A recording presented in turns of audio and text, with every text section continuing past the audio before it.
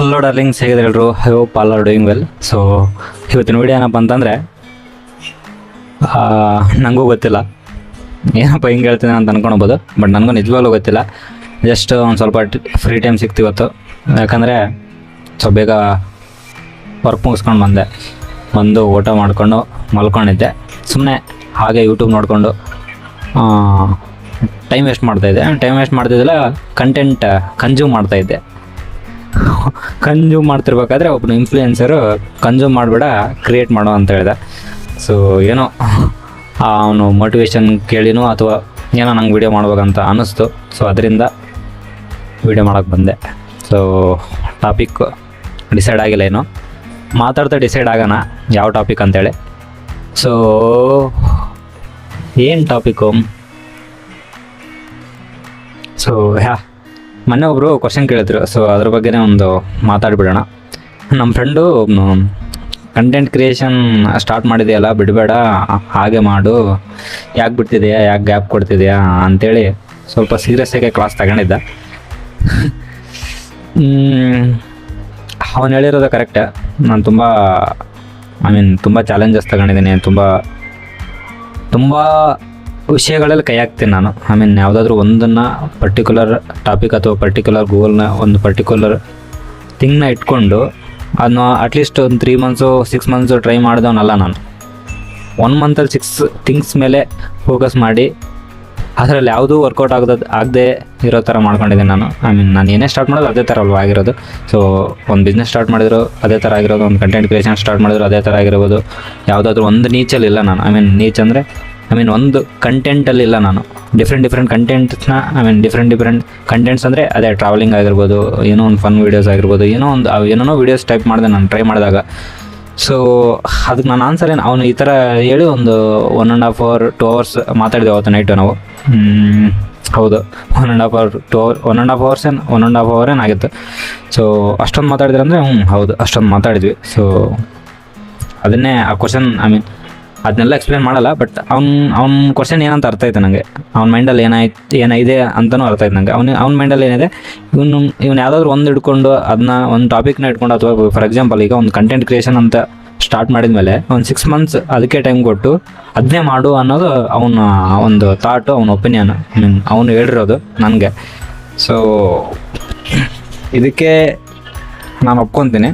ಯಾಕಂದರೆ ನಾನು ತುಂಬ ಡಿಫ್ರೆಂಟ್ ಕಂಟೆಂಟ್ಸ್ನ ಟ್ರೈ ಮಾಡಿದ್ದೀನಿ. ಯಾವುದಾದ್ರೂ ಒಂದಕ್ಕೆ ಸ್ಟಿಕ್ ಆನ್ ಆಗಿಲ್ಲ ನಾನು. ಡಿಫ್ರೆಂಟ್ ಟ್ರೈ ಮಾಡಿದ್ದೀನಿ. ಸೊ ಅದರಿಂದ ನಾನು ಸಕ್ಸಸ್ ಆಗಿಲ್ಲ. ಅದು ಕೂಡ ಒಂದು ಮೇನ್ ರೀಸನ್. ಇನ್ನೊಂದು ಏನಪ್ಪ ಅಂದರೆ, ಅವನು ಹೇಳಿರೋದು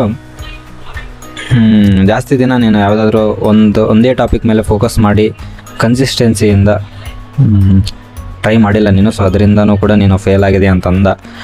so I am completely agree with him. So ನನಗೆ ಬ್ಲಾಂಕ್ ಆಗಿಬಿಡ್ತು ಆ ಕ್ವಶನ್ ಕೇಳಿ. ಅವ್ನ ಮೈಂಡಲ್ಲಿ ಅವ್ನು ಏನು ಹೇಳಿದಾನೆ ಅದೆಲ್ಲ ನನ್ನ ಮೈಂಡಲ್ಲಿ ಇದೆ. ನಂಗೆ ಗೊತ್ತು, ನಾನು ಆ ಮಿಸ್ಟೇಕ್ಸ್ ಮಾಡ್ತೀನಿ ಅಂತಲೂ ನಂಗೆ ಗೊತ್ತು. ಸೊ ಬಟ್ ಇದಕ್ಕೆ ಆನ್ಸರ್ ಏನು, ಸೊಲ್ಯೂಷನ್ ಏನು ಅಂತಲೂ ನಾನು ಎಲ್ಲ ಯೋಚನೆ ಮಾಡಿದ್ದೀನಿ. ಬಟ್ ನನ್ನ ಪ್ರಾಬ್ಲಮ್ಸ್ ಇದಾವಲ್ಲ, ಒಂದು ಸ್ವಲ್ಪ ಟೈಮ್ ತಗೋಬೋದು ಅದನ್ನು ಓವರ್ಕಮ್ ಮಾಡೋಕ್ಕೆ. ಅದೇ ಹೇಳಿದ್ದೀನಿ ನಿಮ್ಗೆ ಆಗಲೇ. ಒಂದು 2 videos ಪ್ರಿವಿಯಸ್ 3 videos ಏನು ಅಪ್ಲೋಡ್ ಮಾಡಿದ್ದೀನಿ. ಆಗಲೇ ಹೇಳಿದ್ದೀನಿ ಏನೇನು ಪ್ರಾಬ್ಲಮ್ಸ್ ಇದಾವೆ ಅಂತೇಳಿ. ಸೊ ಈ ವಿಡಿಯೋದಲ್ಲೂ ಕೂಡ ಅಂತ ಹೇಳ್ಕೊಳಷ್ಟು ಕಂಟೆಂಟ್ ಎಲ್ಲ ಏನಿರಲ್ಲ, ಎಕ್ಸ್ಪೆಕ್ಟ್ ಮಾಡೋಕ್ಕೂ ಹೋಗ್ಬಿಡಿ. ನಾನು ಕಂಪ್ಲೀಟ್ ಈ ನೋಟಿಸ್ ಪೀರಿಯಡ್ ಮುಗಿಯೋವರೆಗೂ ಯಾವ ವೀಡಿಯೋಸಲ್ಲೂ ವ್ಯಾಲ್ಯೂ ಇರೋಲ್ಲ. ಸೊ ಅಲ್ಲಿವರೆಗೂ ನೋಡೋಕೆ ಹೋಗ್ಬಿಡಿ. ಜಸ್ಟ್ ನಿಮ್ಮ ಫ್ರೀ ಟೈಮಲ್ಲಿ ಏನಾದರೂ ಟೈಮ್ ಪಾಸ್ ಆಗ್ತಾ ಇಲ್ಲ ಅಂತ ಇದ್ದರೆ ಮಾತ್ರ ನೋಡಿ, ಅಥವಾ ಜಸ್ಟ್ ನಿಮ್ಗೇನಾದರೂ ನನ್ನ ಲೈಫಲ್ಲಿ ಏನೇನು ನಡೀತಿದೆ ಅನ್ನೋ ಕ್ಯೂರಿಯಾಸಿಟಿ ಇದ್ದರೆ ನೋಡಿರಿ ಅಷ್ಟೇ. ಸೊ ಅದು ಬಿಟ್ಟು ನೀವೇನೋ ನನ್ನ ವೀಡಿಯೋಸಿಂದ ನೋಡಿ ಕಲಿತೀರಾ ಅಂಥೇಳಿ ವೀಡಿಯೋಸ್ ಅನ್ನೋ ಎಕ್ಸ್ಪೆಕ್ಟೇಷನ್ಸ್ ಇಟ್ಕೊಂಡು ವಿಡಿಯೋ ಓಪನ್ ಮಾಡೋಕೆ ಹೋಗ್ಬೇಡಿ. ಯಾಕಂದರೆ ಅದರಲ್ಲಿ ಏನೋ ನೀವು ಕಲಿಯುವಂಥದ್ದು ಏನೂ ಇರೋಲ್ಲ. ಜಸ್ಟ್ ನಾನು ಯಾಕೆ ಈ ಥರ ಮಾಡ್ತಾಯಿದ್ದೀನಿ ಅಂದರೆ, ಈಗ ಸಡನ್ಲಿ ನಾನು ಆ ಒಂದು ನೋಟಿಸ್ ಪೀರಿಯಡ್ ಆದ ಕೂಡಲೇ ಕಂಪ್ಲೀಟಾಗಿ 100% ಎಫರ್ಟ್ಸಿಂದ ವೀಡಿಯೋಸ್ ಅಪ್ಲೋಡ್ ಮಾಡ್ತೀನಿ ಅನ್ನೋ ನಂಬಿಕೆ ಇಲ್ಲ ನನಗೆ. ಯಾಕಂದರೆ ಕ್ಯಾಮ್ರಾಗೆ ಕ್ಯಾಮ್ರಾಗೆ ನಾನು ಅಡಾಪ್ಟ್ ಆಗಬೇಕು ಇನ್ನು. ಸೊ ಆಗಲೇ ನೀವು ನೋಡ್ತಾ ಇರ್ಬೋದು, ಇದಕ್ಕಿಂತ ಮುಂಚೆ ನಾನೇನು ವೀಡಿಯೋಸಲ್ಲಿ ಮಾತಾಡ್ತಿದ್ದೆ ಆ ಫ್ಲೋ ಇಲ್ಲ ನನಗೆ ಈಗ. ಸೊ ಆ ಫ್ಲೋ ಕಳ್ಕೊಂಡಿದ್ದೇನೆ ಆಗಲೇ ನಾನು. ಆ ಫ್ಲೋ ಮತ್ತೆ ಬರಬೇಕಂತಂದರೆ ಈ ಥರ ಒಂದು ಸಿಲ್ಲಿ ವೀಡಿಯೋಸ್ ಅಥವಾ ಟ್ರೈ ಮಾಡ್ಬೇಕು. ಈ ಥರ ಒಂದು ಕ್ರಾಫ್ಟ್ ಥರ ಇದೆ, ಸುಮ್ಮನೆ ಹಂಗೆ ಫೌಂಡೇಶನ್ ಥರ ಸುಮ್ಮನೆ ಸ್ಟೆಪ್ಪು ಹೋಗೋಕ್ಕಷ್ಟೇ. ಓಕೆ, ಸೊ ಅದರಿಂದ ಏನು ವ್ಯಾಲ್ಯೂ ಇರಲ್ಲ ಅಂತ ಹೇಳ್ತಾ ಇದ್ದೀನಿ. ಬಟ್ ನೀವೇನಾದರೂ ಕ್ಯೂರಿಯಾಸಿಟಿ ಇದ್ದರೆ ನನ್ನ ಲೈಫಲ್ಲಿ ಏನು ನಡೀತಾ ಇದೆ ಅಂದರೆ ಓಪನ್ ಮಾಡಿ ನೋಡಿ ನಿಮ್ಮ ಫ್ರೀ ಟೈಮಲ್ಲಿ. ಸೊ ಇಷ್ಟು ಮಾತ್ರ ಹೇಳಬಲ್ಲೆ. ಸೊ ಬಟ್ ಎಕ್ಸ್ಪೆಕ್ಟೇಷನ್ಸ್ ಇಟ್ಕೊಂಡು ಬಂದು ಡಿಸಪಾಯಿಂಟ್ ಆಗಿಬಿಡಿ, ಅದೇ ನಾನು ಹೇಳೋದು. ಇನ್ನೊಂದೇನಪ್ಪ ಅಂತಂದ್ರೆ, ಈ ಮಾರ್ಚ್ 31 ಯಾವಾಗ ಬರುತ್ತೆ ಅಂತ ತುಂಬ ವೇಟ್ ಮಾಡ್ತಾಯಿದ್ದೀನಿ ನಾನು. ಈ ಮಾರ್ಚ್ ಯಾವ ಥರ ಕಳೀತಾ ಇದ್ದೀನಿ ಅಂದರೆ, ನಾನು ಈ ಮಾರ್ಚ್ 1 ಮಂತ್ ಕಳೆಯೋದಂದೆ, ನಾನು 1 ಇಯರ್ ಕಳೆಯೋದಂದೆ, ಆ ಥರ ಆಗ್ಬಿಟ್ಟಿದೆ. ಯಾಕಂದರೆ ನಿಮಗೆ ಇದ್ರ ಬಗ್ಗೆ ಐಡಿಯಾ ಇದೆಯೋ ಇಲ್ವೋ ಗೊತ್ತಿಲ್ಲ. ಈ ಮೈಕ್ರೋ ಫೈನಾನ್ಸ್ ಫೀಲ್ಡಲ್ಲಿ, ಮೈಕ್ರೋ ಫೈನಾನ್ಸ್ ಆಗಿರ್ಬೋದು ಅಥವಾ ಯಾವುದೇ ಬ್ಯಾಂಕಿಂಗ್ ಫೀಲ್ಡಲ್ಲೇ ಇರ್ಬೋದು, JFM ಅಂತ ಇರುತ್ತೆ. JFM ಅಂದರೆ ಜನವರಿ, ಫೆಬ್ರವರಿ, ಮಾರ್ಚ್ ಅಂತೇಳಿ.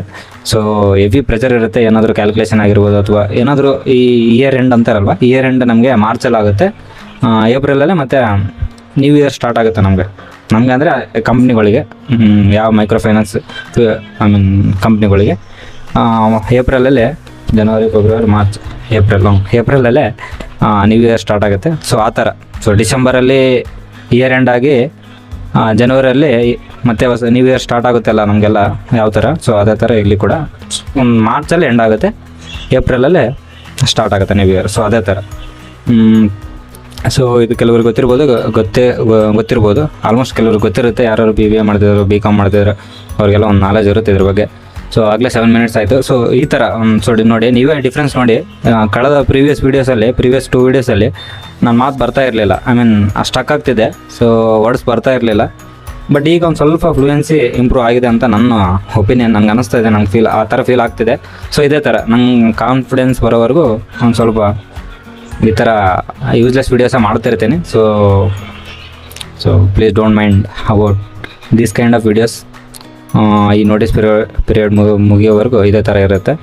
ಜಸ್ಟ್ 10 ಮಿನಿಟ್ಸ್ವರೆಗೂ ಮಾತಾಡ್ತೀನಿ, ಅಪ್ಲೋಡ್ ಮಾಡ್ತೀನಿ, ಬಿಟ್ಬಿಡ್ತೀನಿ ಅಷ್ಟೇ. ಫುಲ್ ರಾ ವೀಡಿಯೋ, ಅದರಲ್ಲಿ ಏನೂ ಕಂಟೆಂಟ್ ಇರೋಲ್ಲ. ಮತ್ತೇನು ಹೇಳಬೇಕು ನಿಮಗೆ. ಸೊ ಅದೇ ನೋಡಿದ್ರೆ ಏನೋ ಮಾತಾಡ್ಬೇಕಂತ ತೆಗೆದೆ ನಾನು. ನಾನು ಫ್ರ್ಯಾಂಕ್ಲಿ ಹೇಳ್ಬೇಕಂದ್ರೆ, ನಾನು ಯಾವುದೇ ಟಾಪಿಕ್ ಇಟ್ಕೊಂಡು ಬಂದು ವೀಡಿಯೋ ಮಾಡ್ಬೇಕಂತ ಇದ್ದಿಲ್ಲ ಇವತ್ತು. ಈಗ ವೀಡಿಯೋ ಮಾಡ್ಬೇಕಾದ್ರೆ ಜಸ್ಟ್ ಯಾವುದೋ ಒಂದು ಯೂಟ್ಯೂಬಲ್ಲಿ ವೀಡಿಯೋ ನೋಡಿದೆ. ಅವನೇನೋ ಮೋಟಿವೇಶನ್ ಕೊಟ್ಟ. ಯೂಟ್ಯೂಬಲ್ಲಿ ವೀಡಿಯೋ ಕಂಟೆಂಟ್ ಕನ್ಸ್ಯೂಮ್ ಮಾಡ್ತಿರ್ಬೇಕಾದ್ರೆ ಅವ್ನು ಹೇಳ್ದೆ ಈ ಥರ ಕನ್ಸ್ಯೂಮ್ ಮಾಡಬೇಡ, ಅವಾಗ ಕ್ರಿಯೇಟ್ ಮಾಡೋ ಅಂತೇಳಿ. ಸೊ ಅದೇ ಮೋಟಿವೇಶನಿಂದ ಬಂದು ಹೀಗೆ ಒಂದು ವೀಡಿಯೋ ಅಪ್ಲೋಡ್ ಮಾಡಿ ಶೂಟ್ ಮಾಡ್ತಾಯಿದ್ದೀನಿ. ನೆಕ್ಸ್ಟ್ ಎಡಿಟ್ ಮಾಡಿ ಅಪ್ಲೋಡ್ ಮಾಡಿಬಿಡ್ತೀನಿ. ಇದು ಮಾರ್ಚ್ 2026 ಎಷ್ಟನೇ ತಾರೀಕು ಇವತ್ತು? 26 ಮಾರ್ಚ್ 26 ರೆಕಾರ್ಡ್ ಮಾಡ್ತಾಯಿದ್ದೀನಿ. ಮಾರ್ಚ್ 27 ಈವ್ನಿಂಗ್ ಬರುತ್ತೆ ಇದು ಯೂಟ್ಯೂಬಲ್ಲಿ. ಸೊ